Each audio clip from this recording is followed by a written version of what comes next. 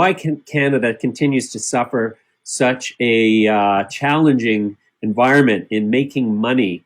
I Yeah. mean, where I've moved to for the duration of the pandemic is a little corner of rural southern Ontario where there are so many greenhouses that are just tiny startup licensed producers nonetheless, but they're massive in footprint. They're Yeah. churning out so much cannabis, and I'm watching retail outlets go broke at a fast clip in the general southern Ontario region. And so, couple that with the headline item I saw that there was 1 billion grams left unsold on the shelves of retailers in Canada as a result of what is obviously an excessive supply relative to demand. Is there some shortfall in the legislative framework in Canada that is preventing Canadian companies from being profitable relative to U.S. ones? Well, yeah, I think there's blame to go around. I mean, and look, the federal government legalized cannabis.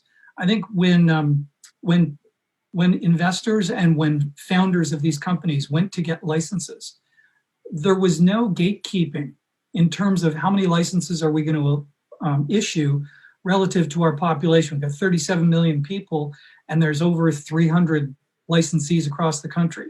Then you had the largest companies really spend too much money. Hundreds of millions of dollars were spent building massive greenhouses, and yet the distribution wasn't able to take that supply. So you've got a supply glut with very expensive greenhouses, which are now being shut down or reduced in cultivation capacity. Over the last year, Canopy reduced over 60% of its cultivation footprint. Aurora closed its Aurora Sun project in Medicine Hat. That's 1,000,007 square feet. Just shut it down. It's now for sale. And then Aurora Sky in Edmonton is operating at 25%. So we've got a glut of supply, which has also gone into the distillate market, the oil market, to make edibles. So what you've seen is price compression and commoditization. They will get through it, but it's going to take time.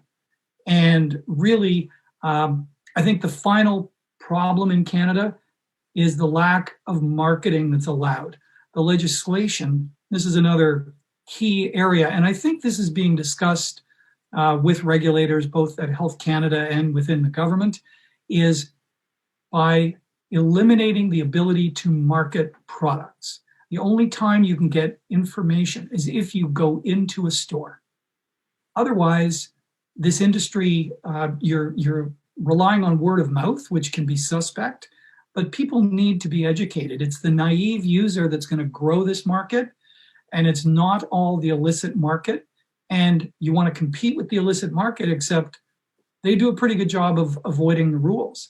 And you've got a bunch of legal companies that are confined by the rules. And so I think if we take a look at some of the initial legislation that was designed to protect the people, I think we've got to adjust our focus, and that way some of the kinks in the armor get ironed out.